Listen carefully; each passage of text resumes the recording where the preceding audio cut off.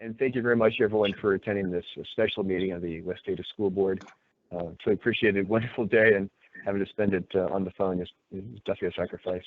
I would appreciate it at this point if we could, we're going to call the meeting to order and go into Pledge of Allegiance. If you would just mute your phone and say the Pledge of Allegiance silently, and then we'll get back in just a few minutes. So to start, we'll start the Pledge of Allegiance now.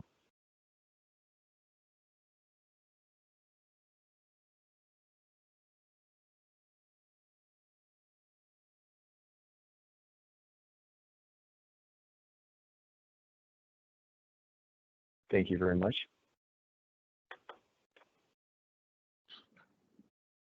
Okay, so to start, we have the consent agenda.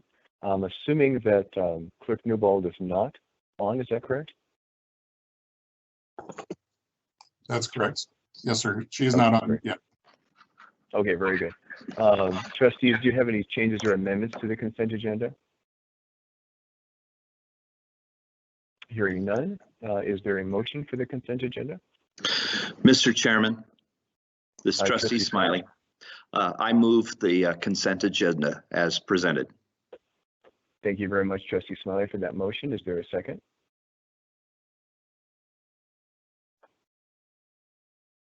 This is Trustee Newhoff. I second. Thank you very much, Trustee Newhoff, for that second. Is there any discussion? Hearing none. All those in favor, please say aye. Aye. Aye. Aye. Trustee Osuna, did you say aye, or I didn't hear you? Yes, I said aye. Thank you very much. And Chairman is aye as well, so it makes it unanimous. That brings us then to the next item on our agenda, which would be the discussion portion. And to start, we will have the discussion on the grading procedure during COVID, and Mr. Heller will be presenting.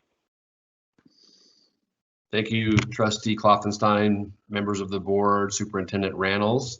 The memo you have in front of you is our attempt to define the grading procedure during COVID-19 closure. You have some rationale or recommendation, and then a statement at the bottom that we're recommending the board approves. Essentially, the procedure is that during the closure, any work that a student does will not negatively impact their grade, but it can only increase their academic grade. I did receive some ideas from Trustee Smiley on some possible word changes. I would submit to the board for any feedback or questions regarding this particular memo. Thank you very much, Mr. Heller. Is there any questions from trustees? Mr. Chairman, Trustee Smiley. Trustee Smiley, please. The reason this struck my interest is I spent a good part of Saturday on a Zoom meeting with another organization, and one of the other, as we were talking, one of the other members, who is just an outstanding person in the community, and his daughter, who is a senior at one of our high schools and a straight A student, I might add, basically made the comment that, well, she can't have her grade lowered, so why should she even work? And remembering back when I was in high school, we could get junioritis or senioritis and whatnot, and I was a little bit worried that the statement didn't really say that, I wanted it to emphasize more that, students are expected to continue their learning and to complete assignments. And I think Superintendent Rannells said it just absolutely wonderfully this morning. Our job is to engage students, and we need to take this as an opportunity to do everything that we can to engage students. And I reworked that a little bit, and we can discuss that when we get to the action portion of the agenda, that says basically the same thing, but maybe says it in a a more positive way, because I think that when we come out with a statement that said, well, the only thing it'll do is it could increase your grade, I want to rephrase it so it says the exact same thing, but in a little bit more of a positive way, that we seek to engage the students. And I did, and I don't know when the correct time is, but I did email to Sherry and to Brett a little bit of reworking that I believe says the same thing, but perhaps in a little bit more of a positive way. And but when it's time, I can have that submitted. But I just wanted to say that I totally agree that this is what we have to do. I agree with the rationale. I agree with the recommendation. I think the statement could be tightened up just a little bit to be a bit more positive is all. Thank you. Thank you very much, Trustee Smiley. Is there any other questions or comments? This is Trustee Ozuna. Trustee Ozuna. I'm a little, I guess, confused on the timing of this statement. I mean, this has already been communicated to the kids and their families. So is this an additional statement that the board is making in support of that? Or do the grading procedures require board approval? Or I guess I'm wondering, why is this in front of us now and not earlier in the process before communication went out? And what exactly is it that we're approving today and for what purpose? Chairman Klopfenstein, Trustee Ozuna, I think that as we went down the road of remote learning and we were getting some of the questions regarding grading, we did move forward with guidance to our schools, and grading specifically isn't something that is listed in board policy. However, there is some grading language in student handbooks that we felt because of that we should at least bring this forward to the board and maybe have an approved statement from West Ada School District that was approved by the Board of Trustees, communicating our stance in terms of grading. So just as we talked about this the last week or so, some conversations that have come up in other board meetings, we felt like bringing this forward to the board was appropriate at this time. Thank you for that background there. I guess the one other statement or a couple other things that I would say, I agree with Trustee Smiley, and I'd like to put or wordsmith us a little bit just to put the importance on continued learning. And then the other thing that I don't think is very clear here, and to be honest, I don't think it's been very clear in any of the communication that's gone out. And this is partly because there's not one voice for communication. You know, we get things at the district level. Every school has a voice. You know, the news puts its own spin on what they're reading back. But I don't think it's clear to our families whether or not this period of the grades being frozen and only allowed to improve. I don't think it's clear if that's just during the remote learning or if that continues on if schools are open back up. And clearly the statement says during remote learning, but I'd like to have a conversation about that if the intent then is to allow grading to pick back up for whatever length of time we might be back to the classroom. Chairman Klopfenstein, Trustee Ozuna, yes, I do think that's something we have discussed, and specifically we wanted to put in here that while schools are closed, this is how grading is going to happen. If we were able to come back to school this academic year, then we would want to have further conversations of about how grading would move forward, because I think there is an expectation that if teachers and students are back in the building in the traditional sense, that there's going to be a desire to start to move forward with maybe a more traditional way of grading. That really depends on how much time is left in the semester, all of those things. So we did want to specifically make it clear that this statement is just for the closure period of time, not for the rest of this academic year. So we didn't use language like for the remainder of the 2019-20 school year. We wanted it to be very specific to this closure. So along those lines, I would encourage us to look at being even more clear with that statement including what we believe to be the case about potentially school reopening, because we have community members that think West Ada is closed given the guidance from State Department of Ed, which I know has the criteria that they've outlined, that many people have heard that the schools are closed through the end of the year. So I think we just have to be really clear in how our communication goes out. Sometimes what is left unsaid becomes subject to everybody's own interpretation. But that's all my feedback. Thank you. Trustee Ozuna, I was curious, where did you, what text did you want to change? Was there anything specific? I didn't spend the time to wordsmith it. I'm sorry, Chairman Falkenstein. I need to read through it, I guess, to give that some thought. Yeah.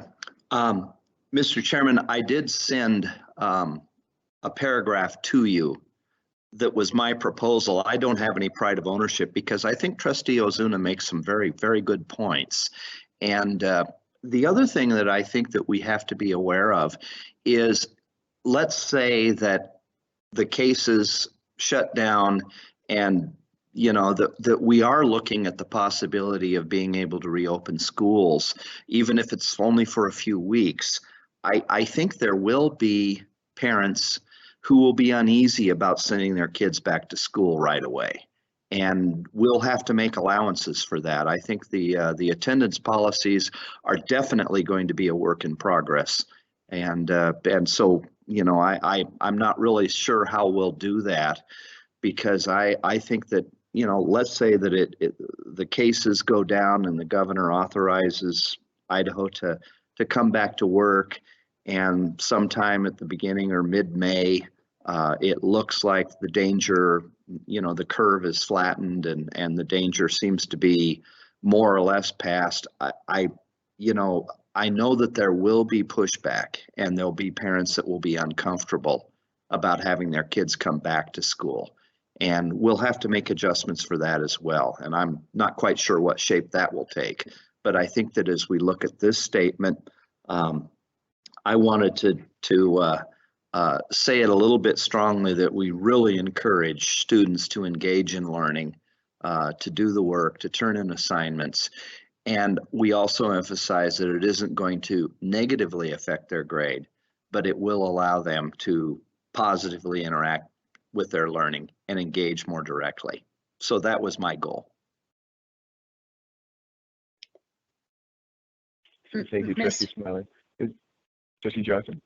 Sorry, I didn't know if we were going through the list like we usually do, or if I needed to jump in. So let me know. We're kind of making it a little more open now, so always changing. Please go ahead. So I have a couple, I just listening to that discussion, I have a couple thoughts. And one of them is, I am with Trustee Ozuna that I think we need to be really clear. But my other concern is just operationally, this has some challenges. And so we're saying that the grading can't go down, but it can go up. But right now, we're not submitting anything back to the teachers, at least at the elementary level. I can't speak for the middle and high school, but we're not submitting back anything to the teachers that allows the grades to go up. So there isn't any work being handed in. So I think that even if we tell people the grades can't go down, but they can go up, right now they don't have a mechanism to help them go up. So that's one concern, and how we operationalize what we're saying here. And then the other is that I guess I have kind of a philosophical concern in this statement. And basically it says, with remote learning, we can't deliver the same level of quality education that we can in the in-classroom setting. So we're not going to impact the grading, but we're also going to try and make everybody fall ready. So those two things are kind of divergent from each other. And if we go into a situation that Trustee Smiley just talked about, where some parents aren't feeling safe about having their kids in there, I think we're going to have to continue some remote learning in certain senses, so that those kids where there is potentially a risk have that capability. So I guess what I'm saying is, I don't think we get to go back to the way it was before. I think our whole system is going to have to make some changes and adjustments, and we're probably going to be in some hybrids. And so I'd like to be really clear about all of that information and what that future looks like together, because I agree with Trustee Ozuna, a piece and a part is really hard from a parent position to understand what does that mean for my child, my family, and how is my child's education going to be impacted, and what's their grades going to look like. Yeah, thank you. Trustee Newhoff, did you have anything you wanted to say? Thank you, Mr. Chairman. I have a number of points. I appreciate Mr. Heller's comments about what the reason this came up today, and I think this document needs to specifically address that. And Ray, with regards to portions of the student handbooks, which are documents that are approved by the board, what sections are going to be amended or need to be changed, and what specifically is affected there. I think that needs to be in this, in whatever we approve with regards to this. Beyond that,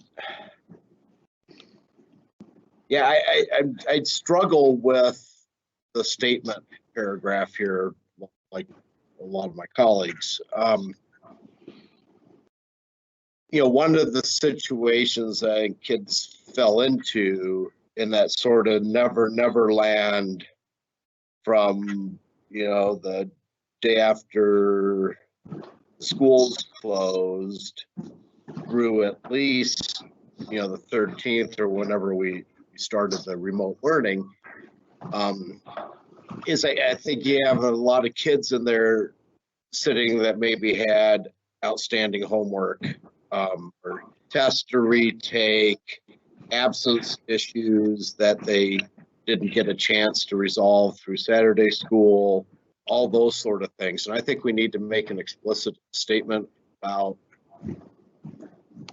not just using a word like may, which appears on the second to last line, but I think we need to explicitly say that the schools will allow the kids to rectify those particular situations, and how we're going to deal with the grading and grade consequences of absences that were in limbo.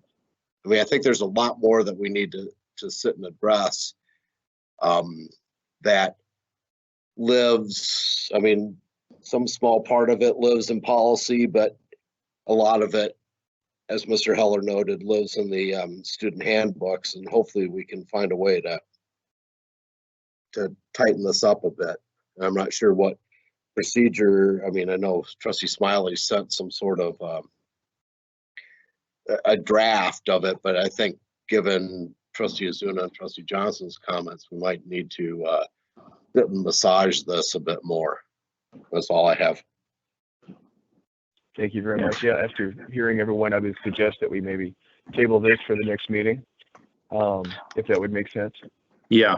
That sounds Mr. good. Chairman, I did, you know, and I don't know if it would help, but I can read what I proposed doing, because I think that one of the things I did was change the schools may allow to the schools will allow. I did change that, and I added an extra sentence. Would you like me to read my proposal? It might be easier for everyone to see it. I mean, I have it, but I'm not sure, Mr. Heller, I think you were CC'd on this.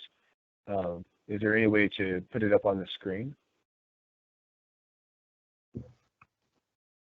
Chairman Klopfenstein, I don't know if that's something Troy could do, as he's kind of running the show on his end.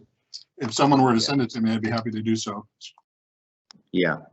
And I would also, Chairman Klopfenstein, trustees, you know, obviously this can be tabled or brought forward for maybe a second reading at the next meeting. And if all of you want to send me any feedback or edits, additions, we can certainly do that.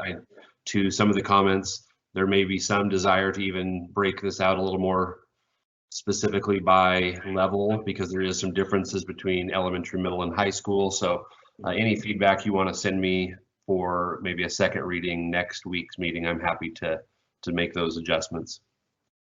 Yeah, Trustee Smiley, I kind of would agree with Mr. Heller that maybe we should just let everyone have their thoughts on this. It sounds like a deeper issue.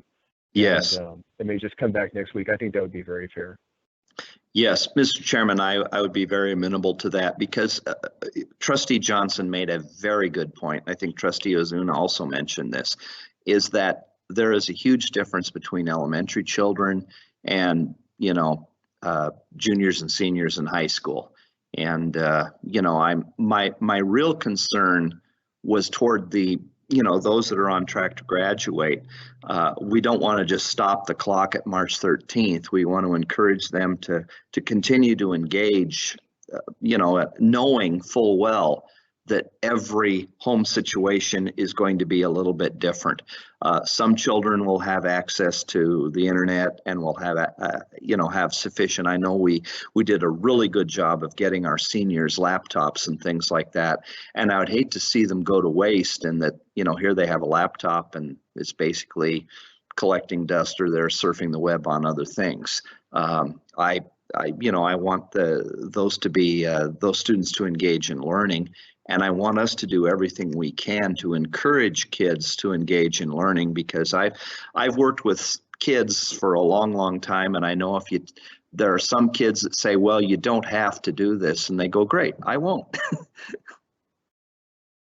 When this comes up in the action item, if a trustee would please make the appropriate motion, that'd be great. Okay. But thank you very much. I'd like to move to item number 2 into the discussion would be suspension of portions of Board Policy 603.21. And again, Mr. Heller will be presenting. Thank you, Chairman Klopfenstein, trustees, and Dr. Randall. So this particular memo outlines the portion of our 603.21 policy in terms of when in the school year the GPA calculation ends in order to determine which students are eligible for honor cords and graduation speaker eligibility. And the way that is written in policy is it's the first Monday of May when schools pull that GPA report to make those identifications. We are just asking the board to consider suspending that particular line, that portion of 603.21 regarding the first Monday of May, and that we do the Monday, May 11th. So the second Monday in May, that will just give our schools a little bit more time, give our students a little bit more time. As Trustee Newhoff brought up, we have students who are trying to turn in things that were outstanding from prior to the closure. We have all sorts of things happening. So just giving a little bit more time to our students and our staff to get all that stuff submitted so GPA calculations can be as accurate as possible to determine the students who are eligible for those honor cords and those who can be on the ballot to be selected for graduation speaker.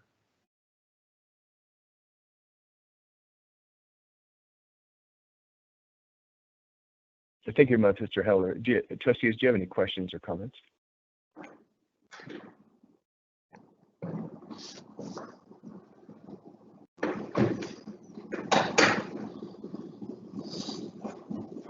Hearing none, except for the motion.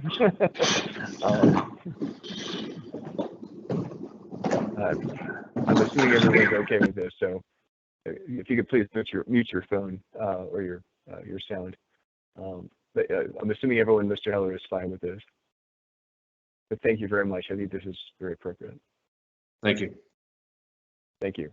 So it brings us to item number 3, Waive Policy 501.1, secondary attendance for the 2019-2020 school year. And Mr. Nesbitt will present. Mr. Chairman, trustees, Dr. Reynolds, both of these policies, actually the secondary and the elementary attendance, which are items 3 and 4, simply we want to waive any absences related to or caused by the COVID-19 virus.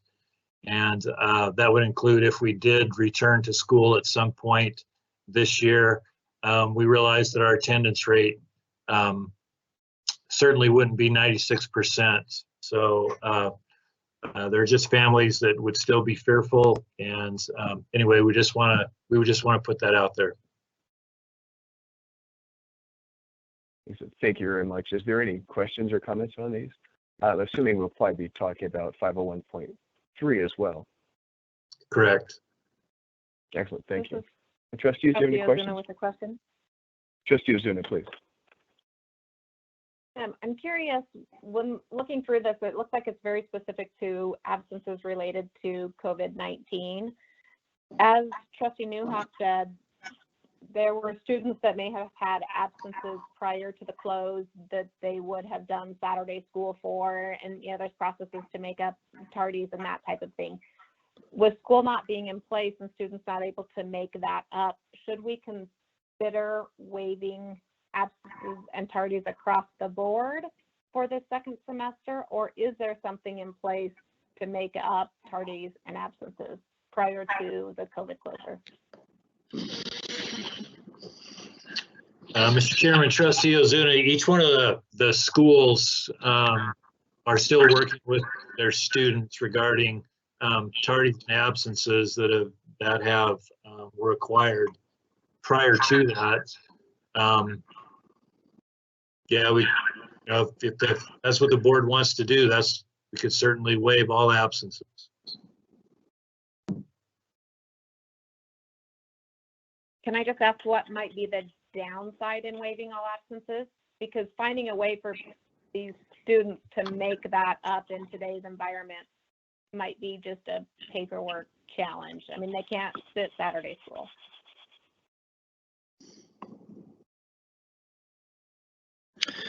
Mr. Chairman, I'm sorry, Mr. Smiley.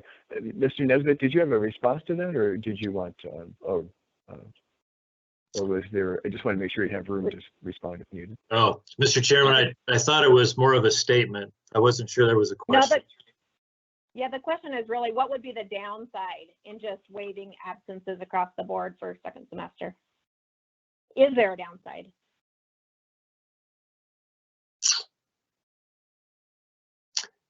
Mr. Chairman, Trustee Ozuna, I'm sure someone could come up with something, but I can't at the moment. Mr. Chairman, this is Trustee Johnson. Trustee Johnson, if you would hold just 1 second, I'm gonna, Yeah. Mr. or Trustee Smiley had reached out first, so I'm gonna Oh, give go him for the floor. Okay. yeah. Thank you. Trustee Smiley?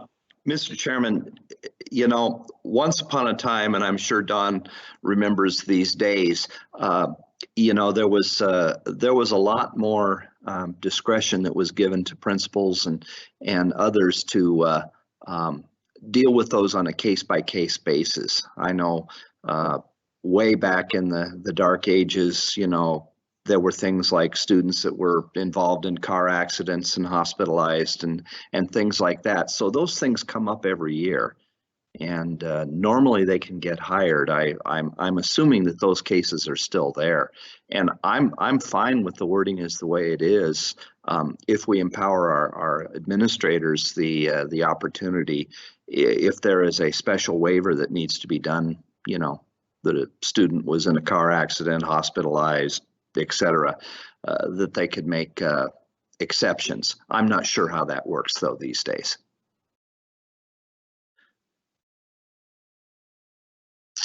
Mr. Chairman, Trustee Ozuna, or Trustee Smiley, yes, administrators work with students for almost every reason for absences. Our goal is to have students to come to school. So a lot of times administrators will work with each individual student to that goal's end.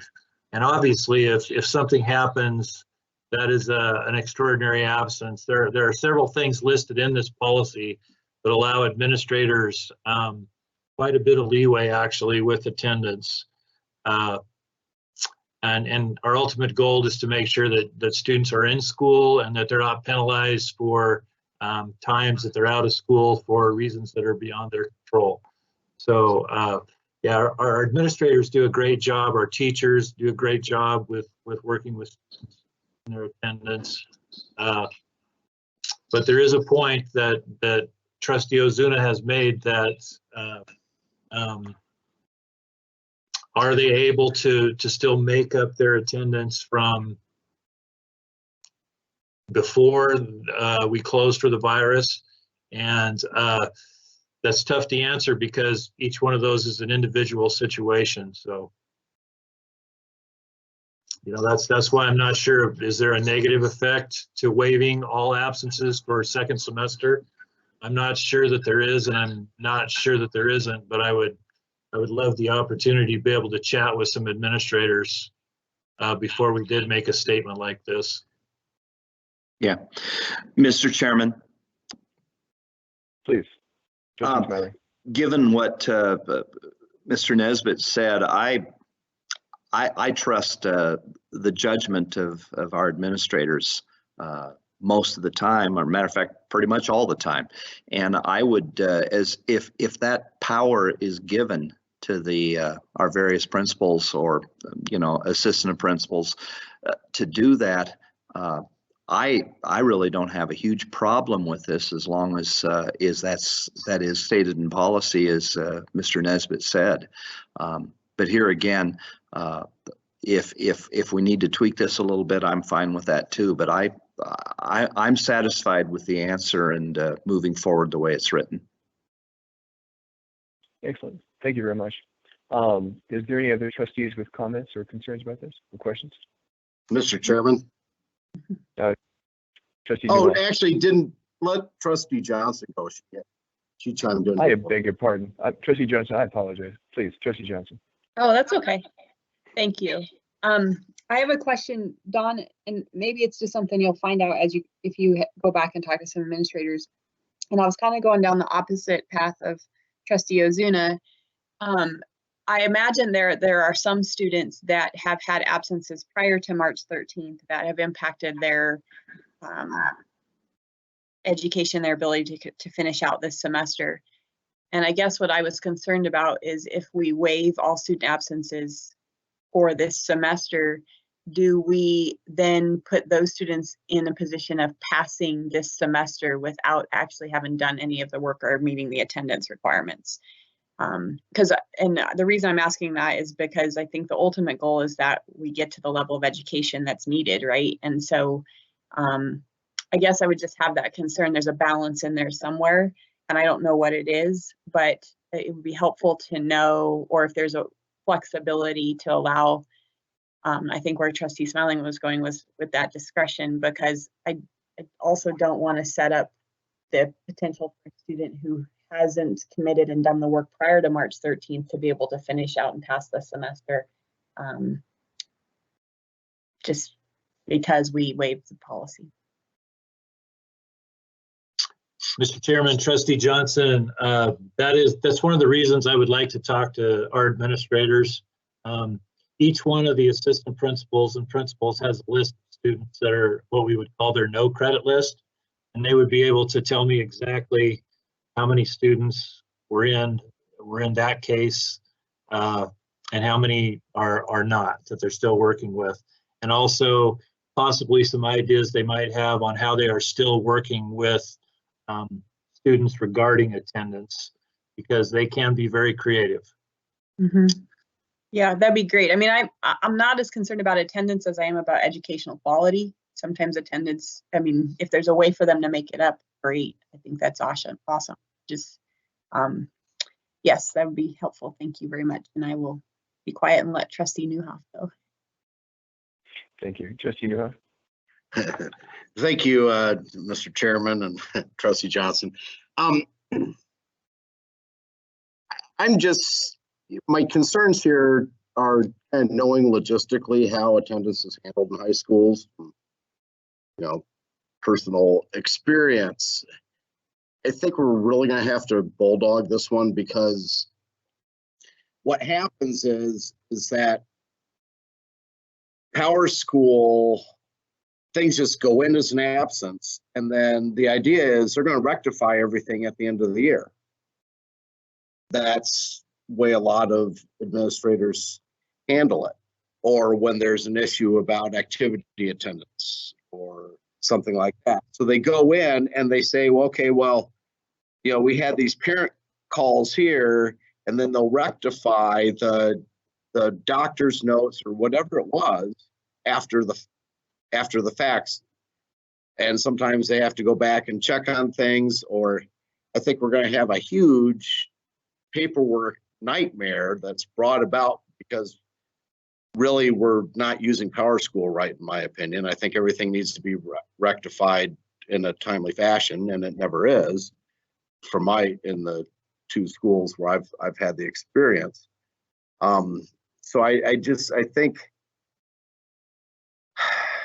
I don't know. I mean, I don't know how we make sure that happens, and, you know, so that the kids aren't penalized for it, and not create a situation where we've got administrators spending ungodly numbers of hours trying to, you know, reconstruct things that happened when they don't have the kids to go talk to, or whatever else. I mean, my sense is that all of the things that we're putting are on our shoulders of our administrators and our other staff and our teachers to bring about this remote learning and all of the other consequences of the closure. This is just going to be one more big logistical nightmare that maybe we could go in and find some way of addressing it at some point. I don't know. I'm curious if Mr. Nesbitt understands what I'm saying about the way they handle PowerSchool. Mr. Chairman, Trustee Newhoff, I'm not real clear. I know that most administrators try to rectify any attendance issues as soon as possible.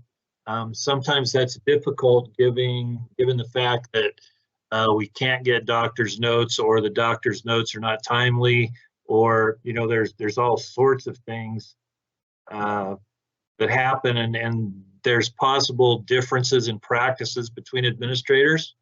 But it's mostly been my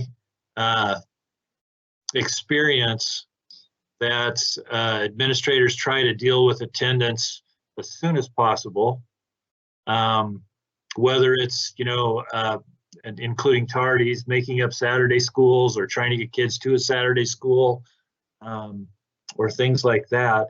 What this is really actually saying is that if a COVID-19, if an administrator knows that a student is out for COVID-19, whether it's the actual illness, or just the fact that parents still want to social distance and don't want to come to school, it would be coded as waived and wouldn't affect the student's attendance.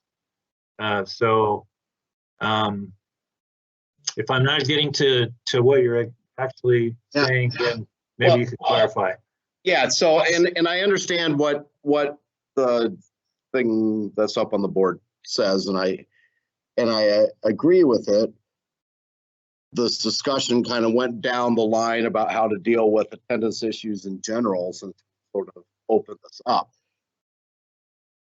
I'll tell you right now that what happens in the schools my kids have gone to, Mr. Nesbitt, is not what you describe in terms of administrator behavior. And one clear case of it happens when there's an extraordinary absence. And the policy or the practice that's I've always seen implemented is that they go in and look at it at the end of the term. If the kid's got issues in terms of, you know, they're over 3 absences or whatever for the class, then they'll go back into their notes and say, oh yeah, well, this one was extraordinary, and this, you know, or whatever. Okay. And it's, you know, I mean, I agree with you that on the doctor's notes ones, they're much more, in general, they're much more timely on them. But it's things like extraordinary absences and some of the other absences that we give, that there's this retroactive application of them if and when there's an issue. I've never understood why they do that. And I think in this situation, you're gonna prop up and have kids that, yeah, I mean, you're gonna try and reconstruct all this at the end of the term. I see what you mean. Yeah. Oh, So I don't know, you know, it's. yeah, Mr. Chairman, Trustee Newhoff, I think I understand exactly what you mean now. And I think we can address that through the regional directors. I mean, Yeah. my Yeah. preference would be that that's addressed outside of this issue too, because what happens is that kids end up not getting to participate because they've got these extraordinary absences that the administrators haven't rectified. And they get, you know, either have to go through a big series of hoops they should have had to go through, or in some cases have been denied access to their extracurricular activities because these things aren't updated in a timely fashion. I mean, we might as well find some silver linings in this situation we're in and see that we've got some practices like that maybe we ought to get rid of. Mr. Chairman, Trustee Newhoff, we can address that at the next principal meeting. All right, thank you. That's all I have. So what I'm kind of hearing from everyone, one is that, you know, kind of a wide way of dealing with this. In other words, all absences for the second term. And also, I mean, a tight way of dealing with absences, which is really focused on COVID. And it just sounds to me like, even though we have Trustee Smiley who's for this, it sounds like everyone maybe would like a little more time. Is that what I'm kind of getting? That maybe a little more time to think this over, provide some thoughts to Mr. Nesbitt so we can coalesce them and maybe even reach out to other administrators for feedback. Is that what I'm hearing? Yes. Mr. Chairman, I have one question remaining. Trustee Smiley. Thank you. Mr. Nesbitt, a lot of our funding is based on average daily attendance. How is that working out with all this? As far as reporting to the state, and because ADA, and there was a move here some time ago to change ADA to average daily enrollment. And what is the legal status of that right now? I know 10 years ago it was ADA, but there was a move in the legislature to change that to average daily enrollment. And I'm not quite sure legally what has happened in the last couple of years on that. Mr. Chairman, Trustee Smiley, where we are with that in the legislature is that they're still working on it. The idea of going from average daily attendance to enrollment or funding based on enrollment is actually an idea that I support, because in a district as large as ours, with average daily attendance, we're not paid for the 4% of students that don't show up, even though we have to hire teachers for that. And that 4% for us is quite a few students. The problem with the way it works is they're not going to make the pie any bigger. So the problem with that, and that we were trying to address, was that because we are a district that does have a high percentage of ADA, in other words, around 96%, that we would actually lose money in the process, because districts that don't have as much or as high of an ADA, you know, they would basically, some of those dollars would shift from our district to another district. So they're winners and losers. So as the bill is written, we're not currently for that. And I know that it's still in the process, and we'll probably come back to the next legislature. But as far as how ADA works for us right now, is what Tim Hill has told us is do the best we can, try to figure out what your attendance is, turn it in, and you know, they're going to be very lenient. So what we're doing is we're keeping track of how many packets we're sending out, how many hits there are on our website each day, and we're doing our best to track attendance in that manner. And you know, basically it's gonna come out in the wash with more where we were before this happened, is what I assume. Jonathan could probably really give you a much better answer than I. That would be great, because I know that it's this, Don, this absolutely goes under no good deed goes unpunished. Absolutely. Chairman and trustees, I can provide a little bit more information. As part of that school closure process that you approved in previous board meetings, we also notify the state of that, and that implements the process for them where they'll average our ADA. And so what they'll do is they'll both look at what our ADA looked like last year around this time, adjusting for the growth that we've had, and they'll look at our ADA previous to the time we closed, and they'll come up with an average of what that looks like, and that average will be applied for each day during the closure. Does that make things more clear, everyone? Mr. Chairman and Jonathan, thank you very much. That's kind of the way I thought it was. And I think that, you know, hearing that, I know that the principals are going to do the very, very best they can and encourage the teachers to have some way of recording, you know, who was there, who's responding, who isn't. But those numbers are going to be down no matter what. And I think Jonathan's answer gives me a lot more comfort.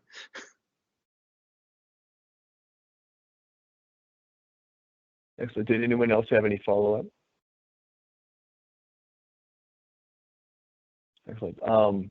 Just to make sure I'm clear before we head over to the next item, is everyone interested in moving this to table it for next week? This is Trustee Johnson. I am. Trustee Johnson. That's my preference as well. This is Trustee Ozuna. Okay, Mr. Chairman, I don't have a preference, but I will acquiesce to the feelings of the remainder of the board. Okay, so if everyone would just keep that in mind for whomever would make the motion, I appreciate that. I think extra time, unless Mr. Nesbitt, unless you think that this needs to be done sooner than later. We don't have the time, but if we do, then I'd rather do it right than do it fast. Mr. Chairman, we have time with this. Excellent. Thank you very much, Mr. Nesbitt. Appreciate that. Okay, so let's move on then to item number 5. And since Mr. Nesbitt's on the phone, we'll have him start first. Thank you, Mr. Chairman. Just a update on our remote learning. We're trudging ahead. Phase 2 begins April 27th. Teachers are working on content, connecting with students. We did send out some elementary grading guidelines just for elementary, since they're in the standards reference grading mode, that answered some of the teacher questions. We sent that out on Monday. We've had conversations about consistency in packets and how consistent can we be. And regional directors have done an awesome job of working with principals on that, and principals have done an awesome job working with teachers. And they're not going to be exactly the same, given some of the things that were the COVID committee notes that you probably saw this morning. But I could spend probably an hour talking about everything that's happening in my 9 departments. But I think instead of taking an hour, you know, I'll do the 10,000-foot flyby and stand for questions.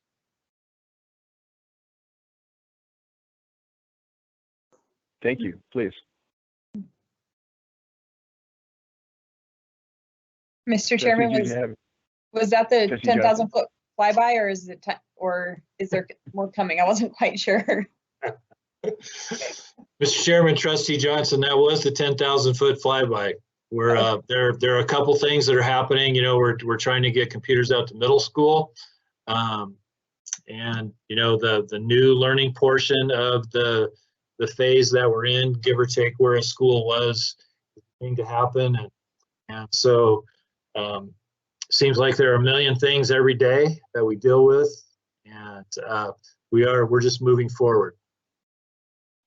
So, Mr. Chairman, I just have a question, and I'll make it brief. So Dawn, I want to make sure I always recognize the amount of effort that's going in, which I'm not sure I'm always good at, but right now I want to make sure I call that out up front because there is a ton of effort. And then I want to, I appreciate all of the kind of feedback people are listening and trying to figure out how to make it better.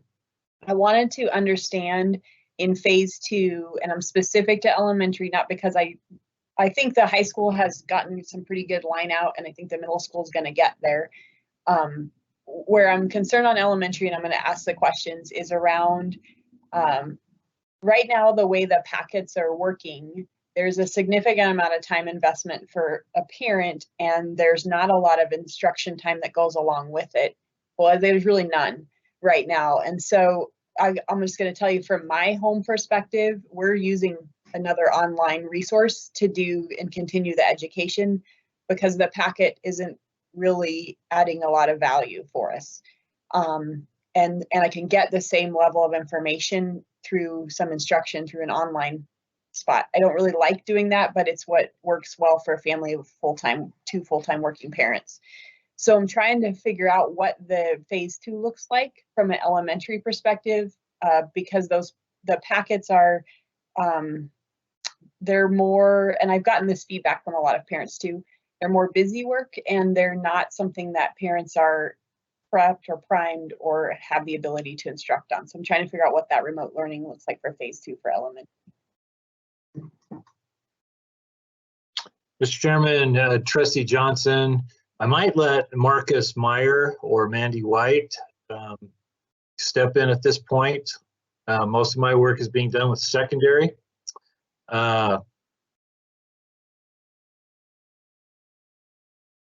Marcus, are you available? Yes, I can do that. Thank you. Absolutely. Chairman Kloppenstein, Trustee Johnson. Phase 2 in elementary, we are currently working with the elementary principal impact team on creating guidelines, which is basically a progression for principals to be able to guide their PLC teams on what learning materials look like as we move into phase 2 and what some of those expected changes look like. Right now, the guidance from the elementary impact team isn't that we are adding so much additional materials to those learning materials packets. They are lengthy enough in as much as what they are, but really to start targeting some of those resources for the needs of individual students while still maintaining a level of core instruction. So basically every student would receive a particular bank of materials and then through some very specific feedback. And I think it's the feedback loop that is the biggest difference in phase 2, in that parents can request feedback and conferencing with a teacher during those open office hours we've already established. But then in addition to that, teachers can create opportunities for feedback and community building with those classrooms in as much as they can hold conferences. And we've given some guidance about video conferencing. We've given some guidance about using phone calls for students who don't, or families who don't have that access. But really in phase 2, Trustee Johnson, it is very much about what can we as the classroom teacher do, provide feedback and keeping learning going.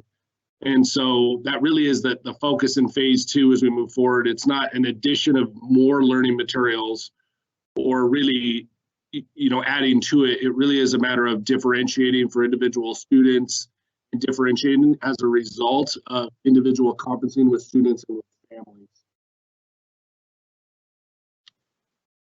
Thank you. Mr. Chairman, Marcus, just a quick question. So I want to just put that into kind of layman's terms or make sure I understood it.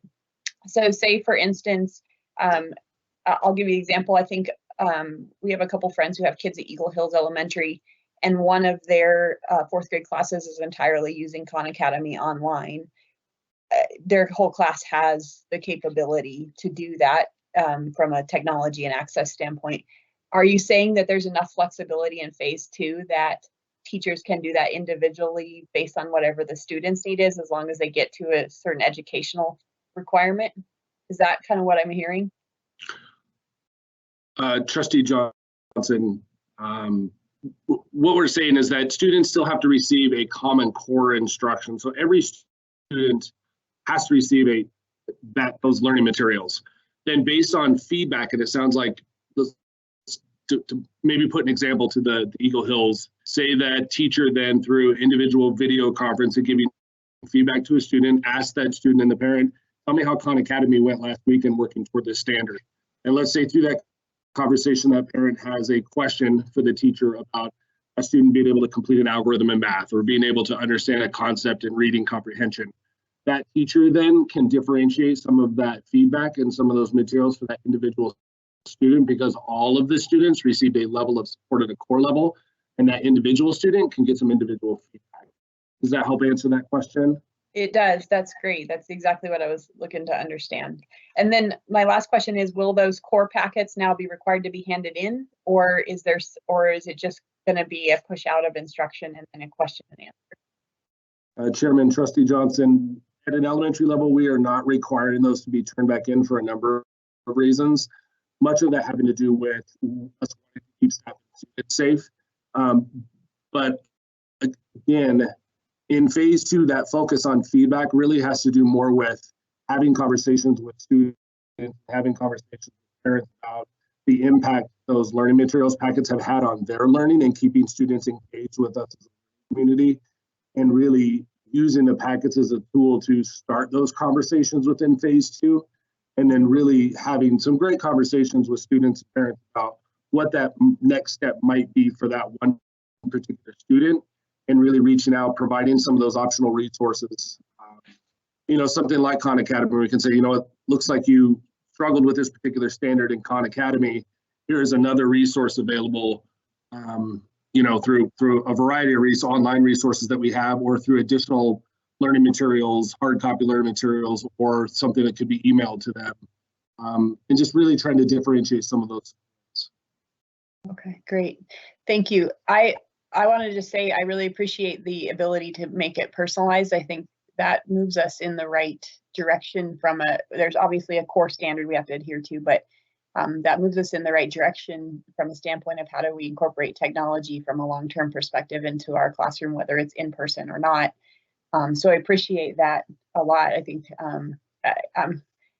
it feels like it's moving in the right direction from that standpoint, and we're allowing kids to kind of move and progress and maintain that core, but also if they are, challenged, they get that support. And then also if they need to be challenged, they can get some additional. I also just wanted to provide some feedback.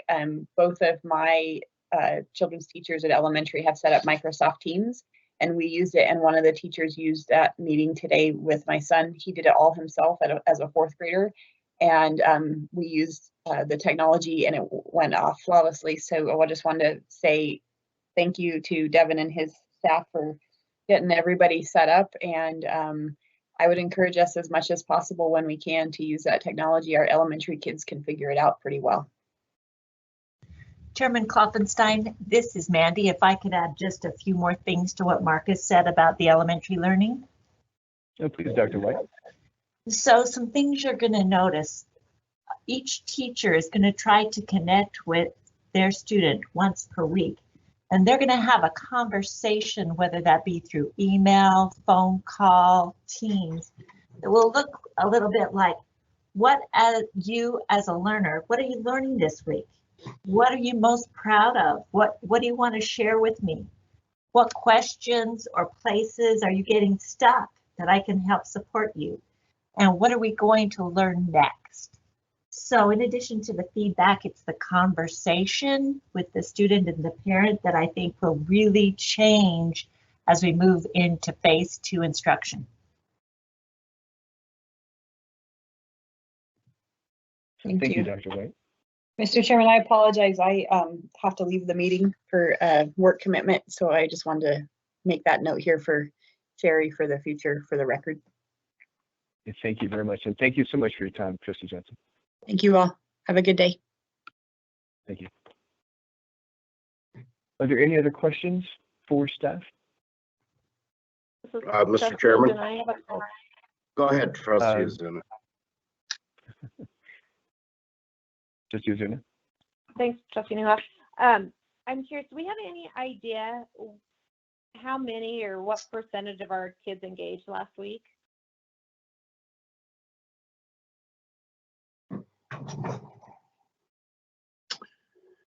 Mr. Chairman, Trustee Ozuna, we have the number of people who logged into the website, you know, to download materials. Is that what you're thinking? Yeah, I'm just, you know, I heard, and this is all hearsay, so I'm a little reluctant to even say it, but from one of our elementary secretaries to a friend to me, you know, so kind of, you know, for what that's worth. But I heard a number that of all of the elementary students that requested an actual hard copy packet, that first week they were out there, you know, giving parents, you know, here's the packet with your student's name on it, that only 30% were picked up at this one elementary school. Are those the kind of numbers that we're looking at for how many kids were engaged last week? Is it that low?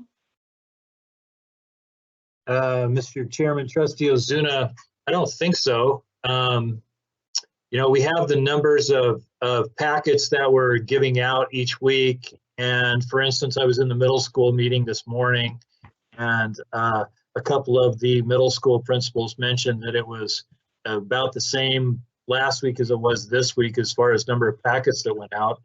So I think we could actually get you some real numbers per school, if you would like that, based on number of packets given out and number of parents going to the website. Yeah, I'm just curious how much is kind of going on. You know, my own kids are working with their teachers, so high school and middle school both, and their experience has been really good too. I just want to throw that out there. I mean, their personal experience has been great. But I got to tell you, the email return from teachers is really fast. And so when you look at the high school level where they have, you know, 150, 180 kids, I would, you know, if they're all engaged in kind of reassessing in that process, you know, I don't think the email return would be quite so quick. And I'm a little reluctant to even say that I want that to slow down. But it just makes you wonder, you know, how many kids are online pulling information and doing work right now. I just am wondering if we have any way to know. And then given that all of our students are going to have different experiences through this process and different levels of engagement, if we go to a return to the classroom and kind of what we were talking about earlier with the grading process, where exactly do we pick back up with grades? I mean, is it, okay, the last week of remote learning and where we were at is where we pick up? Or do we start back on March 13th? Or I guess I would like to understand that a little bit more too before we work on that statement. Mr. Chairman, I'm sorry, did I talk? Nope, I'm done. Thank you. Okay, Mr. Chairman, Trustee Ozuna. So a couple things there. We can put together a spreadsheet. I can get that information. I'll just email it out to the trustees as far as number of packets per day by each school, and of course then the number of hits on the website that we can take a look at. I'll also send an email out to tell teachers not to respond to their email as quickly. Please do not do that. That's a joke, of course. It's been wonderful. Yeah, I know I'm joking, but I get your point. So, and then the last part of that was if let's say we reopened in May sometime, that's what your question was about, how that would look as far as a teacher and students. Yeah, I just think we need to consider kind of the different level of student engagement and where we're at if schools were to reopen and we add back in a grading process. Because, you know, when we talk about being fall ready, and we know there's going to have to be some assessments done to find out where kids are, and we're going to have a big catch up to do. Yeah. What do you do if schools come back in? And I think we need to consider that before we release this statement around grades. Mr. Chairman, Trustee Ozuna, yes, we've had all those conversations and talked about the different scenarios, basically based on and a lot of it comes down to time.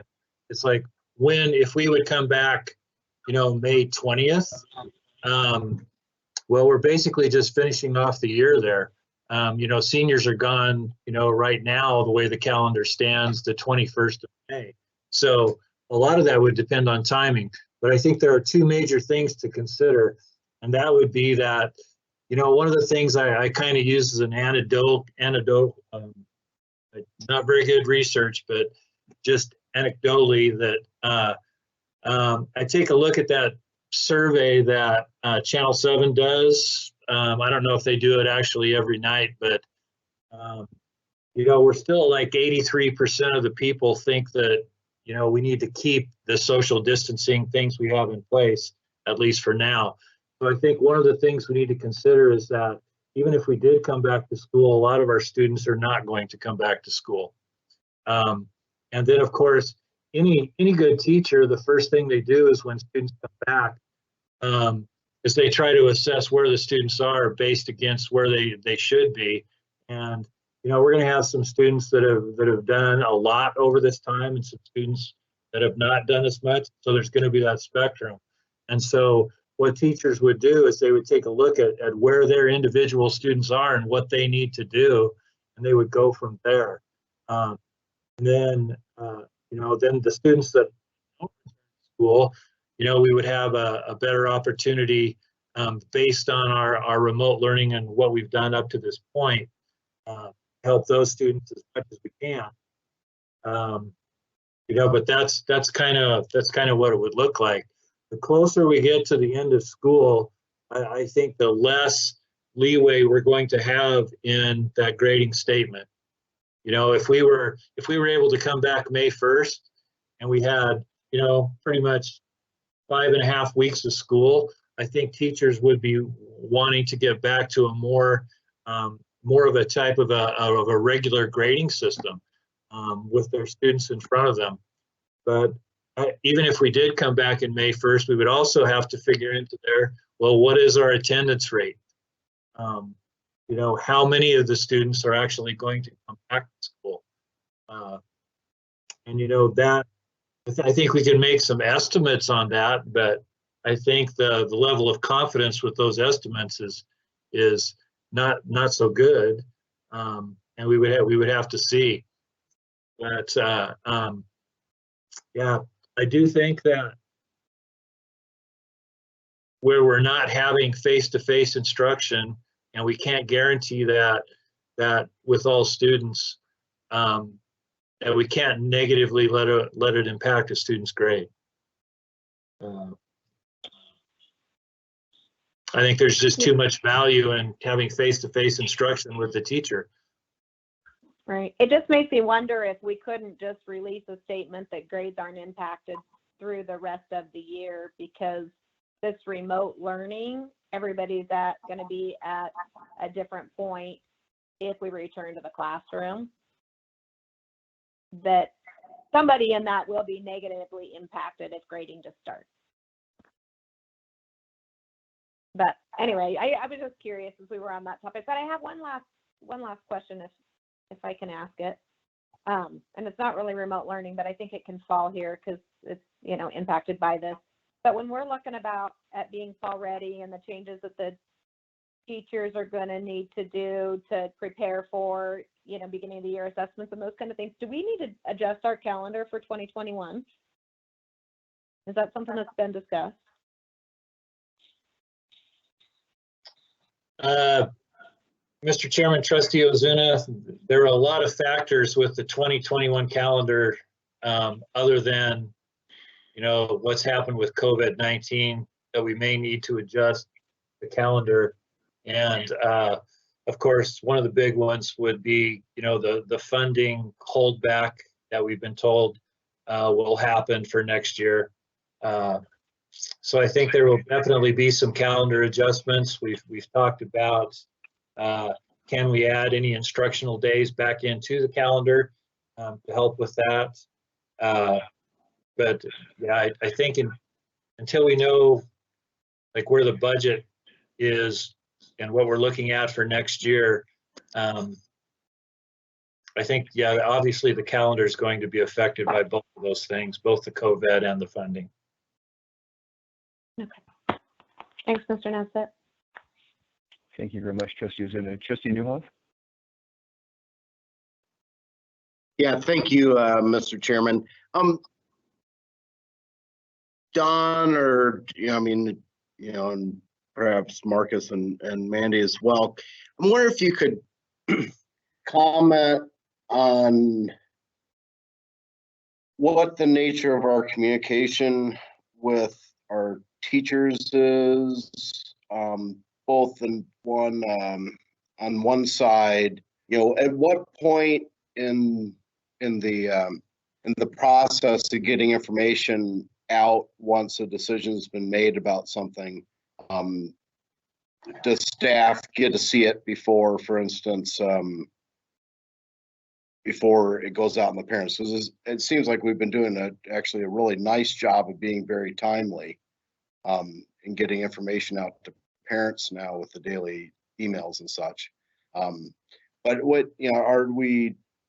are staff getting that information as well, and are they getting it in a timely enough fashion that they're prepared to answer any questions from the parents? So that's my first part of my question. But the other question is what are we doing to go back to individual teachers and say, okay, well, how is this working? What can we tweak in this to make it better? Make sure that they've got the time resources as much as anything to actually affect the plan that we have. And it seems to me that this must be taking an enormous amount of time, not only to go through and keep materials prepared, but to have frequent contact with the students, to be answering emails as quickly as Trustee Ozuna suggested they're getting answered, and all the other things that are going on. Or do we have some sort of way for them to chime in? Mr. Chairman, Trustee Newhoff, we use more of our normal processes that we have for communication. And by that, I'll say in general, we always like to have communication to the principals so that they know about it and don't hear about it from a parent or from a teacher. So there are communications that are going out to both parents and teachers. There are communications that are going out to the principals and then from the principals to their staff. And we do have our principal impact teams, and we have our teacher leadership teams that are providing information back to the principals so that it can come back to the principal teams that meet with the regional directors. So I would say it's our communication, other than the daily things that have been happening that have been coming out from Eric. It's somewhat of a normal process, in general, I would say. And of course, since students aren't in class, we've been trying to communicate with parents a little more, I would say, than we would if directly to parents, in other words, through Eric, than we probably would if kids were in class, and we would communicate through the school more there. But we're just been trying in a nutshell to increase communication as much as possible, keep everyone in the loop, get the feedback we need from teachers. For instance, one of the things that we didn't mention that I should have mentioned earlier with the remote learning is that, and this came back through the feedback loop from teachers. It's like, okay, between what does fall ready actually mean and what is it that you want us to have guaranteed to the next grade between now and when school ends. And so we did develop, especially through math and ELA, some very specific things per grade level that are saying, okay, here are the things, here are the standards. This is what we want you to focus on. And that came to us from feedback from teachers. And so you can always improve communication, but I think especially Eric's team has done a tremendous job. The regional directors, through their office hours, are getting questions back from principals that that it's just somebody logs on and say, hey, a teacher had this question. This is how this needs to go up the chain. What are we going to do with that? And so, I'll call out Mr. Mosier today. He did an awesome job with the middle school principals and at just answering questions and hearing their concerns about the rollout of computers and things like that. So that's happening in every single region with every regional director. Brett and I have meetings, same, so there's lots of communication. And then again, I think that kind of answers your second question as far as individual teachers letting us know how this is working and what we can do to help. I guess that's my best answer. Thank you. Thank you very much, Trustee Newhoff. Actually, that really does bring up a concern question I had in looking at how you're really kind of pulling out of a hat the whole educational system, this whole remote and packet. One of the things I keep hearing, and I'm sure everyone else does as well, from the state virologist along with Dr. Fauci, the federal virologist, is that we could be in a situation where this rises back up in the fall. That we have, assuming we leave school closed for the rest of the semester, it's very possible that we might be opening back up in the fall, hopefully. But it's very possible also that we might have to close quickly for a week or two and then bring it back up. And this, they call it the hammer and dance, where we might have to have temporary closures until this pandemic starts to settle down within the state. And I'm curious, do you think the system that you're building right now, is it something that we could bring up temporarily, use it, and thus everyone in essence is being, would be trained, and then be able to bring it back down and get the kids back in class? I mean, is this moving in that way where we could possibly use this in a temporary basis? Mr. Chairman, we have had some of those conversations about, well, what are some of the scenarios that could happen in the fall? And, we look at countries that are quite a ways ahead of us in this. And, until we have a vaccine, I think it's going to be different. It's not, I doubt we'll ever go back to the way school was completely. So I guess my answer to that in the fall would be we would certainly be able to be more nimble than we were when this first hit. We do have a lot of things in place that we had to create that would not have to be created. It would not be as foreign to most of the teachers. It would be disruptive for sure. I think that, you're kind of asking me to predict some things, but they're just things that we have to consider. It's not necessarily that it will happen or that it won't happen, but we do have to think through some things and be ready for some things. And I think one of those would be, even if school didn't close, what if we opened and our attendance rate was low? And we had students that are just with families that are not comfortable coming back to school yet. So how are we going to serve those students? I guess that's my best answer for that also. I have to admit, if there is a way to possibly think through a scenario of temporary closure in the future where we can look at what we're doing right now and make it into a model, it's probably where we have to go eventually. It's just,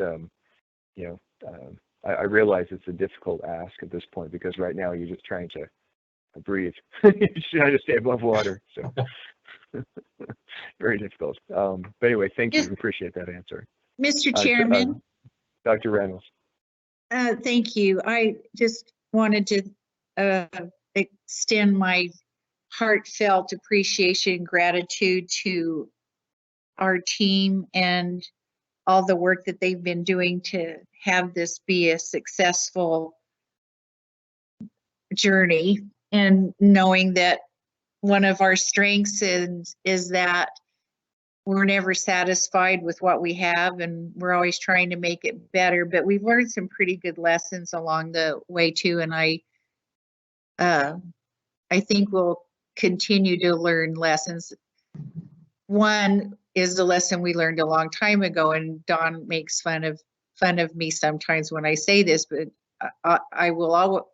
It's just true. We can do anything. We just can't do everything.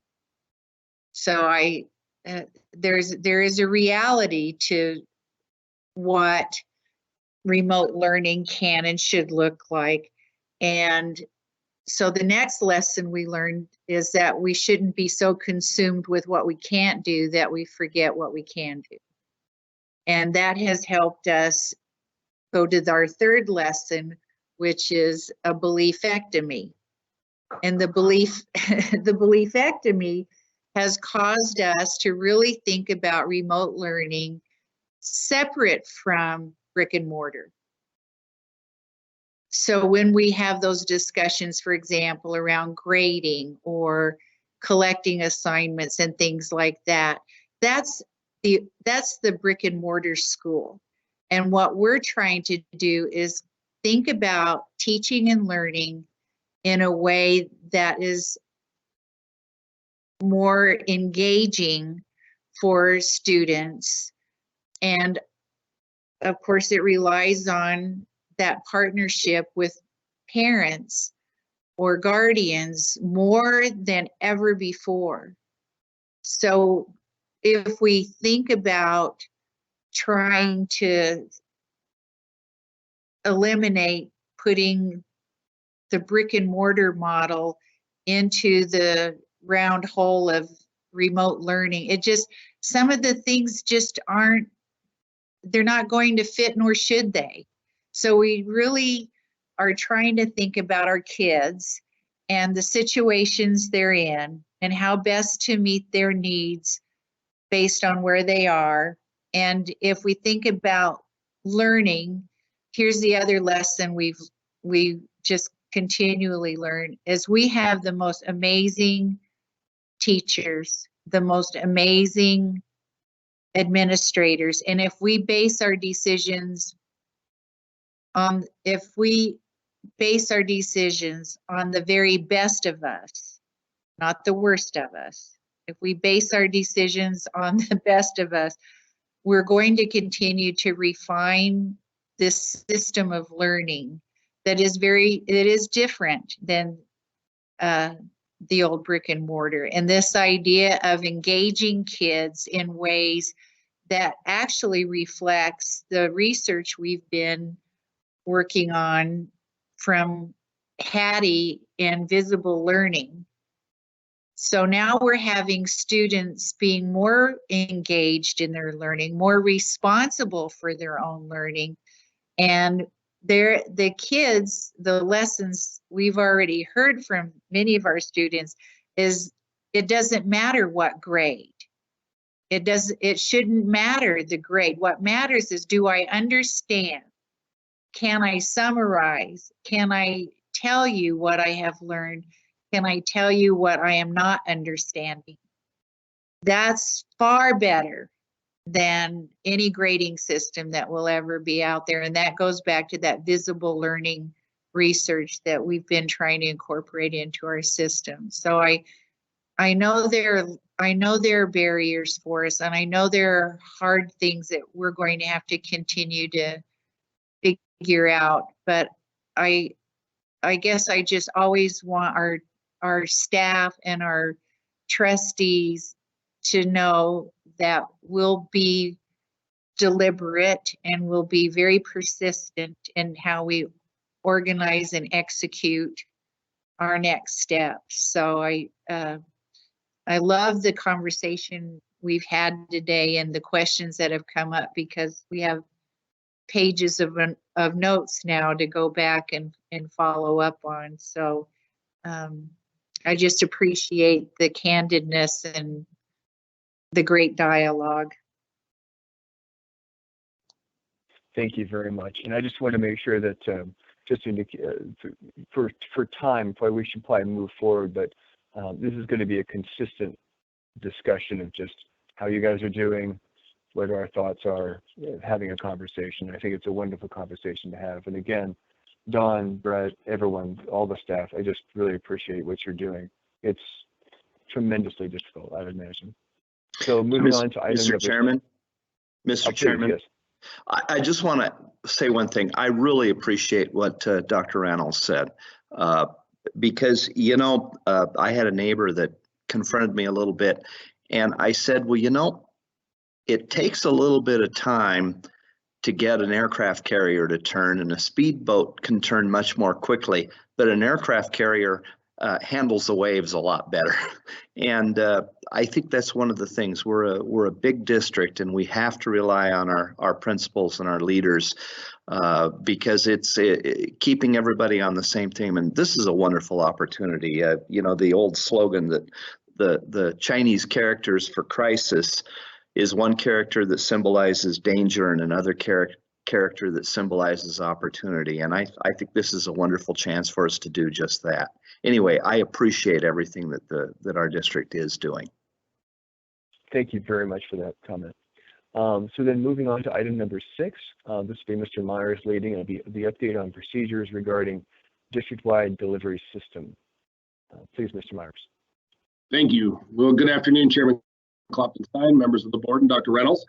The purpose of adding this to the agenda is to keep you updated with regard to how we are supporting all students and establishing supports district-wide for students who are able to come to a school to pick up learning materials, supplies, equipment, and resources, but then also to create a system of supports for students who are not able to do that.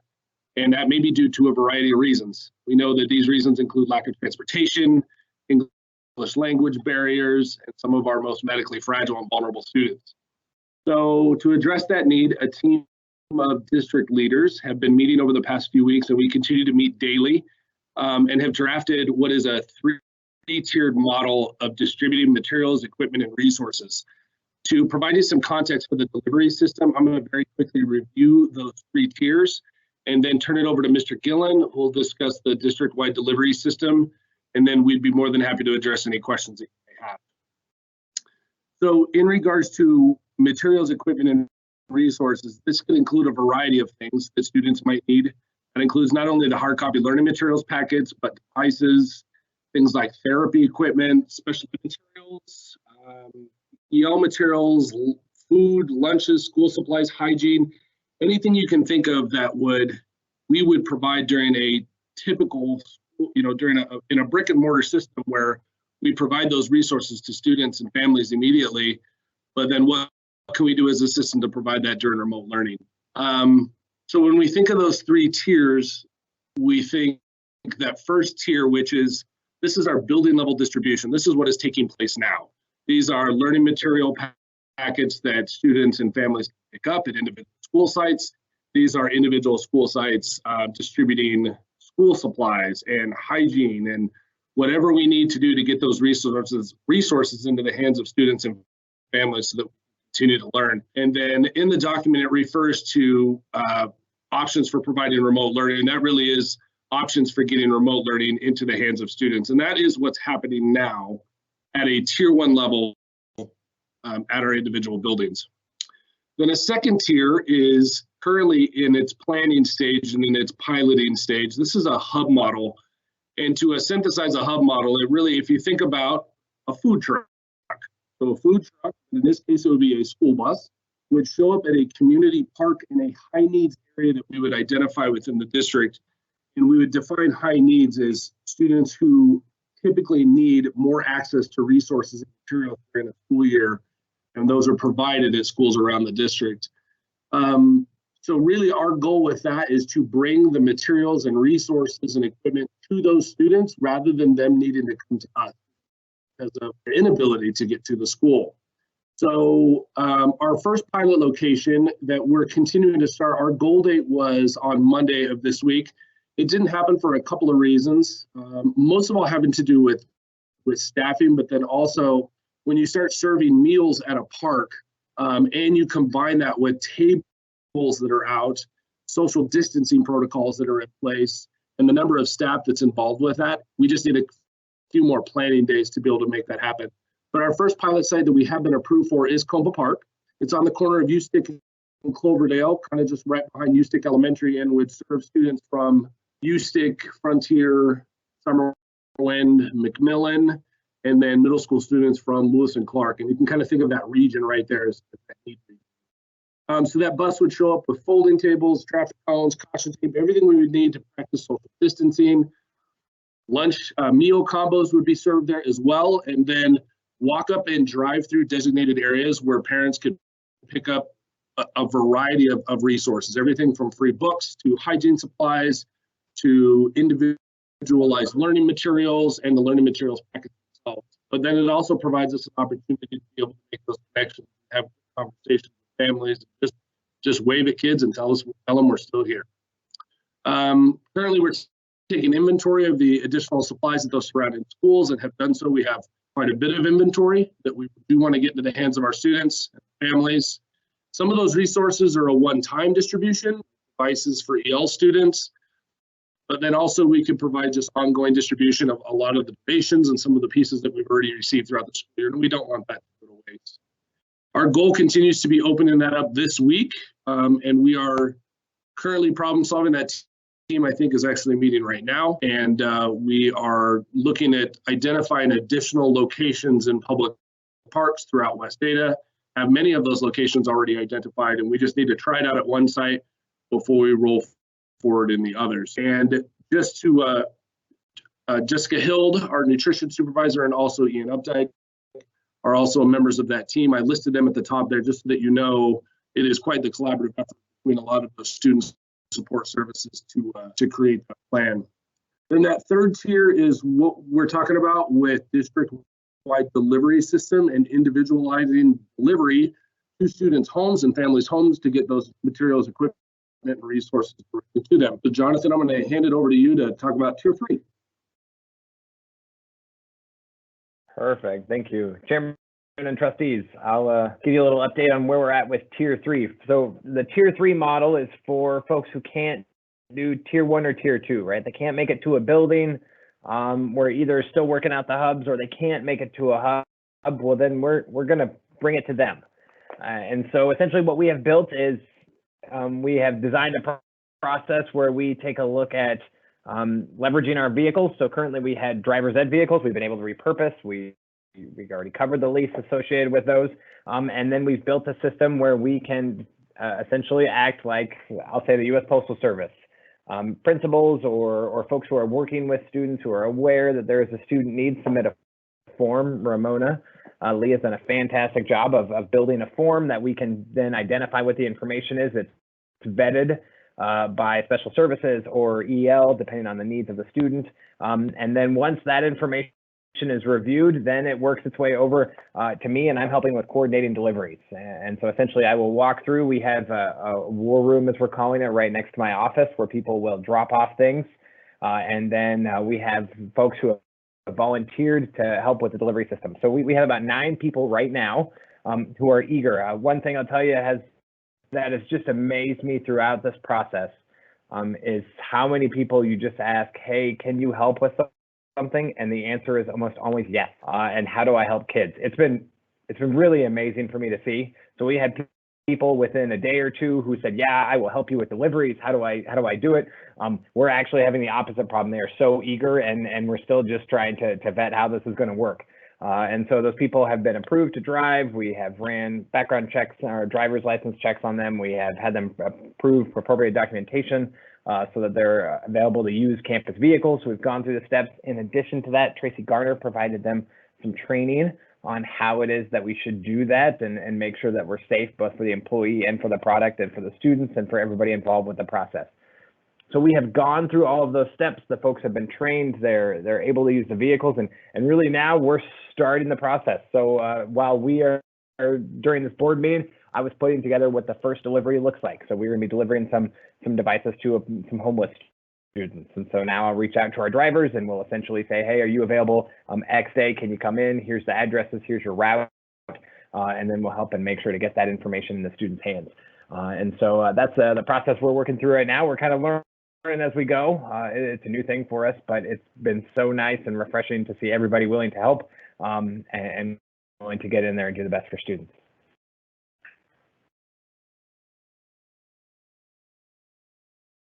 Thank you very much. Trustees, do you have any questions?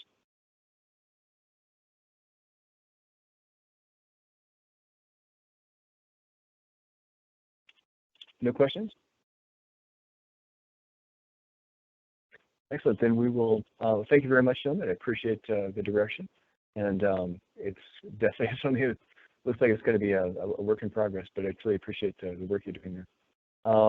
Finally, it brings us into item number 7, which is criteria to open up the district. And this is something actually I had put out. So I would like to start on this one. One of the concerns that I had was I think obviously one of the roles that we as a board play is both closing schools and then obviously bringing it back up. It's definitely it's within our role as a board. And I think we as a board really should come with some firm guidance to the district about what we think would be the direction. Trustee Smiley and Trustee Newhoff both last week had given some comments on that. What I'd like to do is have a further conversation about that today, and then maybe come and try to understand something that's more concrete, if it's possible, that we could bring and possibly even vote on next week. The reason is, again, goes back to what I'm hearing as far as guidance on this. It's that it's possible we might have to shut down and then bring back up the district over even the next year. We don't know. And so having some sort of thinking through a process about what would be the best way for the district and the board to work as a team to be able to make sure that happens quickly and seamlessly would probably be a really beneficial thing for students and parents. One of the things that concerned me during the meeting is like if we were to bring back students this year, for instance, I mean, obviously one thing would be daycare, and that's something that trustees had told me that was a concern for parents, and that getting them, especially if the state is going to open up, we would have a daycare issue, and that students would then be at home without any parental care. That might be creating a problem. However, that might also be an equal problem is that, as Dawn had said, that we would be bringing, opening schools up, but yet many of the students wouldn't be coming back to school. So therefore, we would have low attendance. Possibly if we had high attendance, then we might have additional issues with COVID itself. COVID is not going to go away from our community. It's there, and we just don't have the testing to find out how deep it is. It could be an issue where bringing kids back could be an issue for bringing the infections back. We could also be looking at issues about the model we're creating. If we don't give it some time now, it's possible that if we don't bring it, if we do close out the year doing remote education, and then we do next year, then having to say have a 14-day hiatus once or twice next fall, it's possible that we might be able to have a system of education in place and that's solid, battle tested in essence, that we might be able to have something that kids could depend on, that teachers would be trained for, and that administrators would know would fit state guidelines. And so that might be a goal to have over the next month that we could work through, beyond just trying to have the basic minimum available for kids. Anyway, I kind of would like to bring this up with trustees. If you'd like to comment or understand what your perspectives would be, I think that'd be a great time to have this discussion. Any trustees have any comments or questions? Mr. Chairman. Trustee Smiley. I'll go ahead and open this because I had discussed it. I think that one of the things we're discovering nationally is that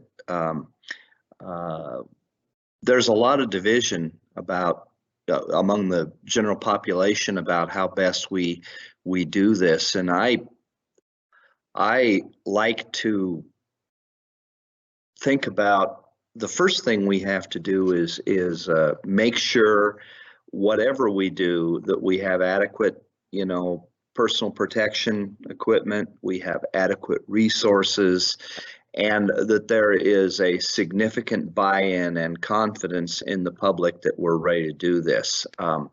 There is a very, very vocal minority, I believe, who I guess would like everything opened up Monday. But, you know, I think we have to, you know, like the comparison I made to the battleship is, I think maybe fits here too, is that you have to be careful not only in shutting things down, but opening things up to make sure that that goes smoothly. I don't really know if I have the answer, but I think public confidence is one of the things we have to have. We have to have good, solid medical data. I'm not sure whether or not Idaho has adequate testing resources. From what I read in the paper, there's, you know, that there aren't enough solid numbers of, you know, number one, how many people have been infected, how many tests have been done, how many tests can be done. And I think that the first thing we have to do is talk about public confidence to get that going, and so that we can do it. Obviously, there, as the governor has discovered, there's nothing you can do that'll satisfy both extremes in this debate, and you have to kind of pick a solid middle ground that talks about our first priority, which is to engage our students and educate children, and you know, there are also as a to assure the health and safety of those people. So there's a couple of things to start the conversation. Thank you very much. Trustee Ozuna, do you have any questions or comments? You know, I have just a general question. Looking through the State Board of Education document on the reopen criteria, you know, a big piece of this is talking about the peak of the state infection, or the curve there. And do we have any idea where we stand on that? I'm not sure. I believe it was April 8th, and tell me if I'm wrong, but I believe they said the peak in Idaho was April 8th, and that we're coming down, although yesterday we came up with 63, kind of a peak. So given their criteria, then it's a 14-day after that peak? Well, I think that's what that I heard from the governor's presentation, was that it was 14 days after the peak, which would be April 8th, and that would be thus the April 30th or May 1st deadline. Dr. Reynolds, Okay. Is that what you're hearing? Thank you, Chairman Klopfenstein. We actually had a Region 3 superintendent's meeting today, and Dr. Clark from the state board helped provide great information on this. But we also were told by some of the superintendents that they had met and had conversation with the Southwest Health District, and very few of the questions they had were answered in a clear way. So there's still a lot of speculation in terms of any definitive way to determine when it would be safe to open the schools. So the criteria, I know that Chairman Klopfenstein provided us a couple of weeks ago, that that Trustee Ozuna is referring to, that no statewide or local social distancing restrictions, including stay-home orders or extensive closure of businesses, are in place, was number one. And then I think the part that Trustee Ozuna was talking about was the second piece, where it says the peak of the state infection curve has passed as determined by the State Department of Health and Welfare. And I don't know that I've seen anything definitively about us having met the peak. So I'm sorry I'm rambling on about this, because there really isn't any clear guidance as of today in terms of when would it be safe for students and staff to return to school? Thanks for that, Dr. Reynolds. So when I was reading through that document, I was trying to just kind of walk backward, kind of walk through that. Based on everything I've read, when do I think realistically, what do some of these dates look like, and then how much time period is left until our last calendar day? And so I was just trying to figure out, time-wise, has anybody said that we've reached that peak, and what might that day be? And if so, then what does that 14-day look like? And like you said, it's very hard to get clear answers and clear communication. And adding on to what Trustee Smiley said, with the differences in the way people feel about this, if you were an advocate for reopening schools as quickly as possible, you can go find some research that supports that. If you're an advocate of closing it down and doing the reopen in the fall, you can find equally supportive documents that, support that approach. And so I appreciate Chairman Klopfenstein wanting to put something around this so that, we have something that we can kind of stand behind to make this decision if we're trying to open school before, the end of the year. As a parent, for me, as a parent, it's easier to know what the future holds. I mean, I'd rather see us make a decision. Thank you very much. Trustee Newhoff, do you have any comments? Yeah, thank you, Mr. Chairman. First off, I want to maybe chime in a bit about, in response to Trustee Ozuna's question about the curves. And, we get in these discussions all the time in this forum about what a number actually means. And this is an excellent case of that. The numbers that we get from the media every day about there's 60 new cases or what have you, aren't the numbers that go into the curve that's the criterion for reopening the schools, as I understand it. Because those numbers they get reported after they're a cleared case, as I understand it, from the individual health districts. So at some point, a patient is tested, there's some waiting period while that test is happening, and it might be a couple hours, not often in Idaho, it could be 2 weeks. And then the health district gets the information, they're doing a contact check and everything, and then posting those numbers. So that's the numbers we're seeing in the media. The numbers for the epidemiological curve that show you when it actually peaks have to do with the onset of the disease in the individual patient. And so far in Idaho and probably much of the country, we've seen very little of that actual information. There were epi curves released by some of the health districts. Memory serves me, it was last Thursday or Friday. There was one for Blaine County. There was one for, I believe, from Central District Health in our area, as well as Southwest District Health.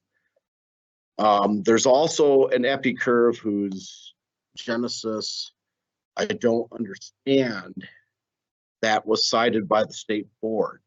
And I believe that's what Chairman Klopfenstein was referring to, that suggested a peak. My recollection was April 2nd, but it could have been April 8th. I'd have to go back and look at the data. The epi curves that were released by our local health districts, where they've been able to actually go back and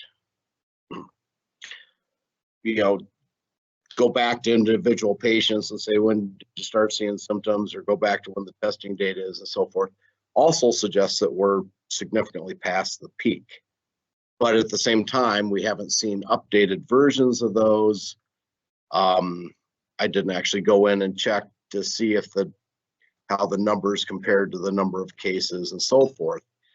And I think part of the issue we're seeing here is that there may not be at the state level or even at the district health level the amount of coordination in terms of compiling and understanding the data that one would need to make a decision. I mean, the problem is that it's not just the health districts. They're doing these tests and doing these things. St. Luke's and St. Al's and various other healthcare providers, communities are providing them as well. And the extent to which that's all coordinated and compiled is unclear to me at this point. So I just wanted to kind of lay that out there. Hopefully that clears up Trustee Ozuna's question a bit from my understanding of it. It's the epi curve and not these curves in the newspaper that would be the basis for the state board's decision. Now, having said that, I mean, where do we go? I had a good chunk of me agrees with Trustee Ozuna's assessment that we need to provide certainty at this point. It's going to present a really difficult situation if they do decide that we're on the downward slope. And I think people are sitting there saying, if you look at the data, we kind of have to think that we are from the understanding we have at this point, which means there's going to be a gradual opening up of the economy. And the child care issues that Trustee Klopfenstein mentioned become really central in that situation. And frankly, I think in part our reliance on parents to help facilitate remote learning. We got, if we got two parents, if we have parents that are and guardians who are going back to work, they're gonna have less capacity to help. So I don't know what the answer is there, but I think whatever it's going to be, we're going to need clarity about what the actual data is. I would hope our state could do that. I haven't seen it, but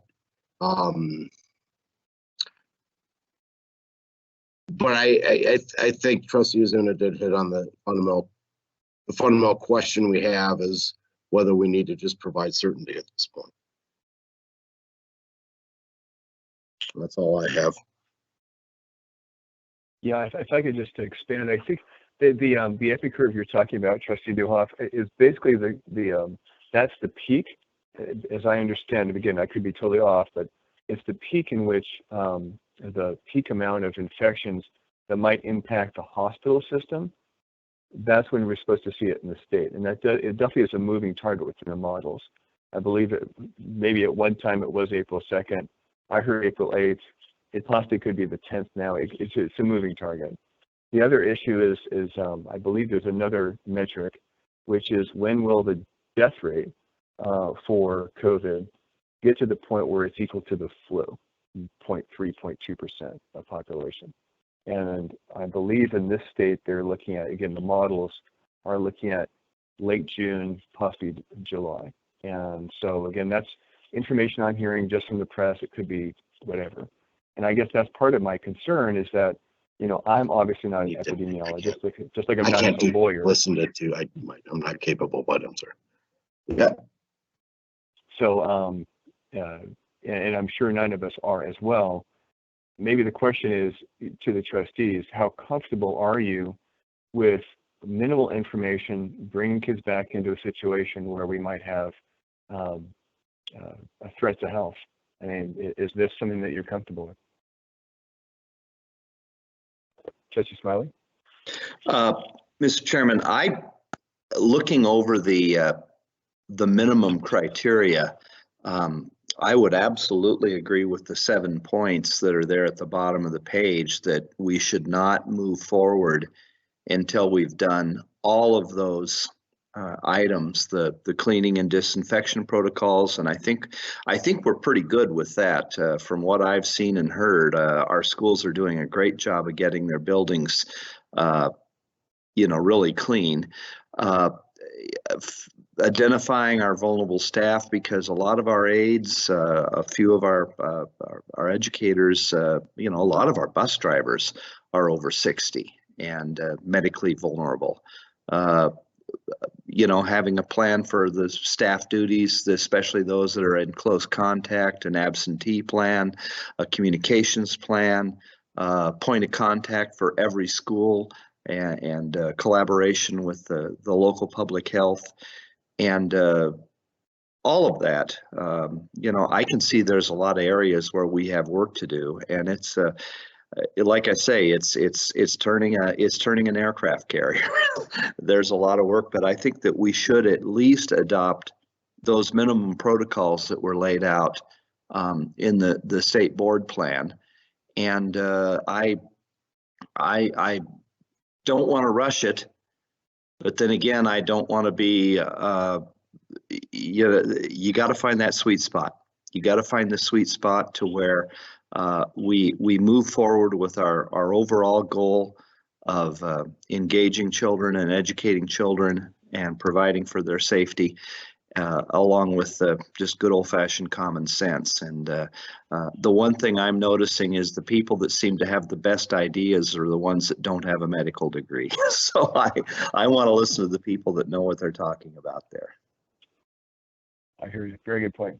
Excellent points, actually. So now the SBOE, is it, I could be off, but did they include these points as well? Or are these coming from the IEA?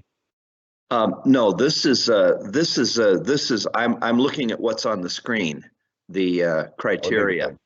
The criteria. I think the thing about it is that what I got, because I went to the IEA site and looked out, they did a survey. And the things that I mentioned last week were things that they identified, which, are concerns of, teachers. But, we have to look at the big picture. We have to look at teachers. We have to look at our classified personnel. We have to look at our communities. And we also have to collaborate with, Central District Health and our local public health officials and the state office. And I think one of our frustrations is we're discovering there's some certain gaps in the way we're getting the material, the information. And, just like any crisis is a wonderful opportunity for us to learn. Here's an area where we can learn how we have to have better communications. And I think that there's a lot of efforts and a lot of people are doing great work. I know this, a lot of our people are putting in long hours. Our supervisors and coordinators, our assistants, everybody is putting in amazing work on this. So I'm appreciative, but it'll be some work to get everybody on the same team. But I think that looking at those minimum reentry criteria, I think definitely we should adopt those. We might want to do a little more. I'm not sure. I would like to be on the cutting edge, but I would not want to be on the bleeding edge. Very good points. One other concern I had that I thought might be a good idea to include in our standards, and I think what the SBOE is providing makes total sense, but also when we shut down the district, it was because there was one case of COVID in our area. Is that a standard we want to have? To reopen? In other words, that there are no, that community spread is not happening, at least to the point of testing within our area? I wouldn't object to adding that. Okay. Trustee Ozuna?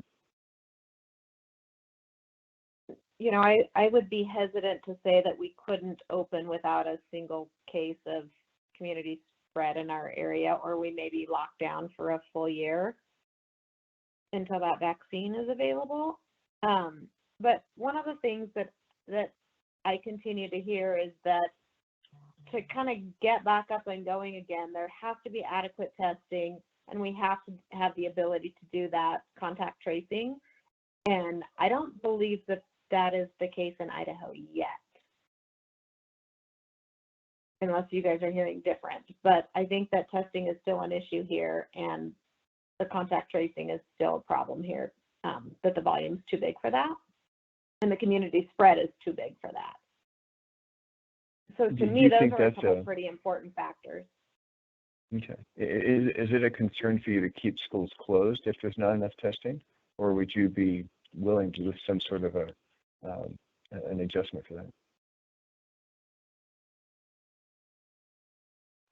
I would rather keep schools closed until we know it's safe for our kids to be there. Excellent. Thank you very much. Trustee Newhoff, did you have a perspective on that? Again, I'm looking at, if we have, I think community spread was kind of the reason we decided to close. And in opening, is that a criteria you want to include? Well, I mean, as I understand it, the criteria are going to be based on guidance from the local health district in this area via the State Department of Health and Welfare.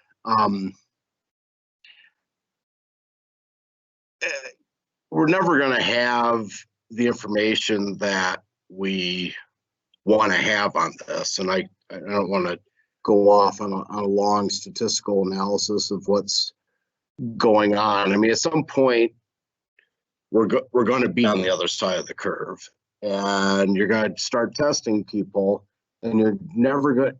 And the problem with the any measurement, but these tests in particular, is that there are false positives and there are false negatives. Okay, and so even if you got to the point where this thing was dead, you're still going to have tests showing up. There's false positives. So at some point, there's going to have some thinking to do there, and trying to understand what the information is being presented to us, and hopefully there'll be some clear guidance from the healthcare community in terms of how to do that. I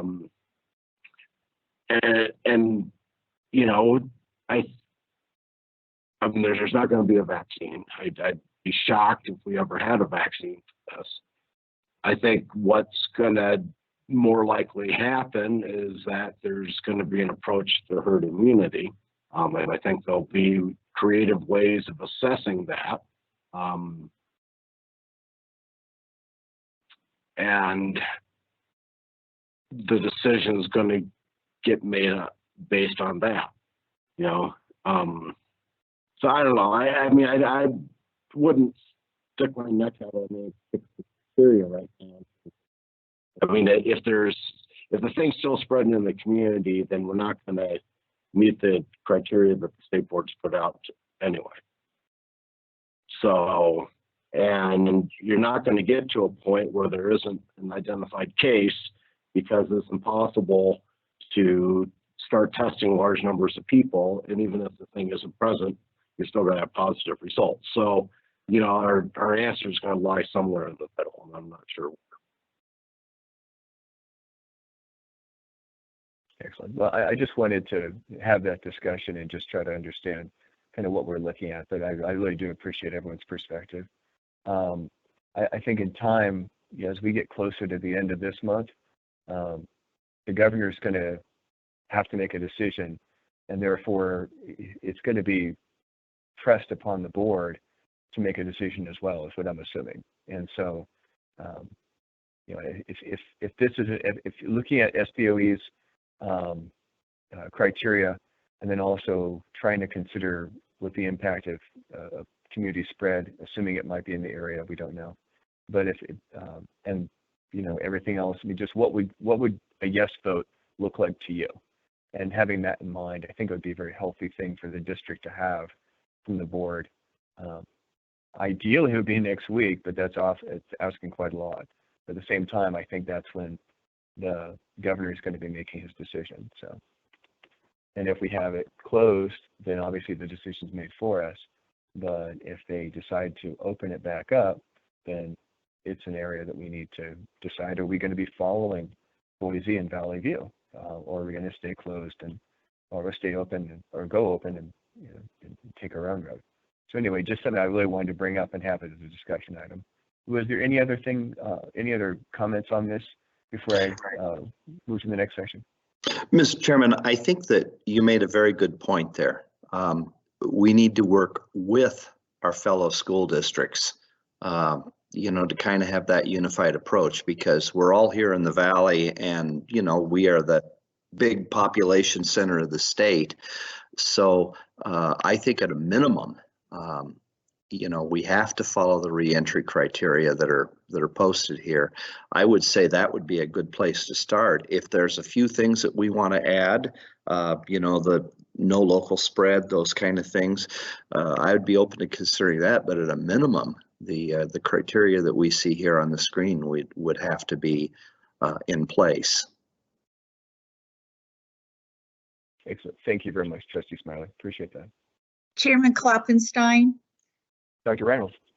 thank you so much. I just wanted to let you know that our our health coordinator and nursing coordinator, Tracy Gardner, has established a great relationship with the Central Health District and communicates with them, visits with them on a regular basis. If we have questions, Tracy reaches out to them.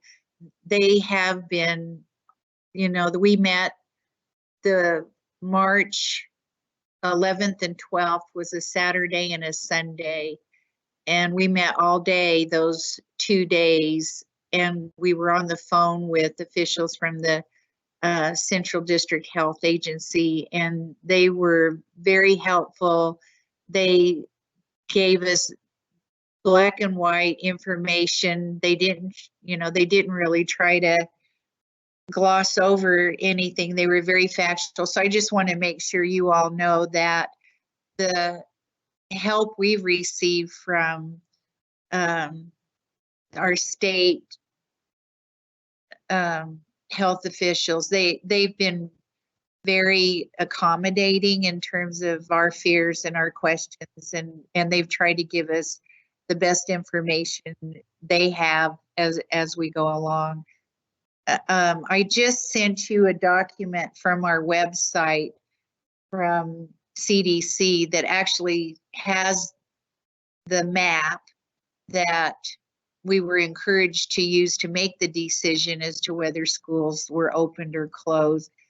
We're way past that point, but I thought just as a reference, as we move forward, it at least gives you some information that we examined early on. I don't have any brilliant answers for you either. I wish I could say, as your superintendent, I really think in 2 weeks we'll be able to open the schools, or I really think we need to give parents a break, and knowing what we know today, it doesn't appear that we're going to be able to open the schools. So I appreciated Trustee Ozuna's comments that I think we should let our parents know as soon as we feel comfortable with that decision. So. Thank you, and do agree. Thank you very much. So that then brings us to, that then closes out the discussion portion of the agenda and brings us to the action items. And so action item number 1 is grading procedure during COVID. And just remembering some of the discussion we had back on item number 1, if you could please include that within the motion, I would accept the motion at this time. Mr. Chairman, I would move that we would hold that for next week so we can get a little bit clearer language on that, especially on the portion that is the statement. Thank you very much for that motion. Is there a second? Mr. Chairman, this is Trustee Ozuna. I'll second. Thank you very much, Trustee Ozuna, for that second, and Trustee Smiley for the motion. Is there any discussion? Seeing none, all those in favor, please say aye. Aye. Aye. Aye. And chairman is aye as well with one absent, so it's 4-1. Thank you very much. That goes to item number 2, suspension of portions for board policy 603.21. Do I have a motion?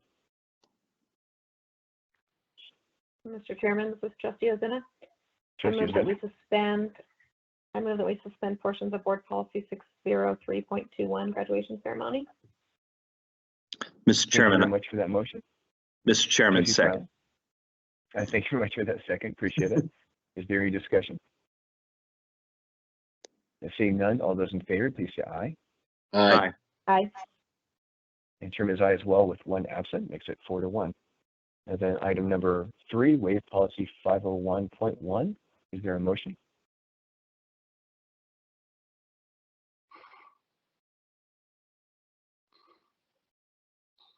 Mr. Chairman, this is Trustee Ozuna. Okay. All right. I move that we hold policy 501.1 until next meeting to allow Mr. Nesbitt time to talk to administrators. Excellent. Thank you very much for that motion. Second. Second. Trustee Newhoff with a Newhoff. second. Thank you very much. Is there any discussion? Seeing none, all those in favor, please say aye. Aye. Aye. And chairman is aye as well, so makes it 4-1 with one absent. And same thing goes with item number 4, waive policy 501.3. Is there a motion? Mr. Chairman, this is Trustee Newhoff. I move that we hold consideration of waiving policy 501.3 elementary attendance for the 2019-2020 school year until next week. Thank you very much for that motion, Trustee Newhoff. Is there a second? Mr. Chairman, I second. Trustee Smiley with the second. Is there any discussion?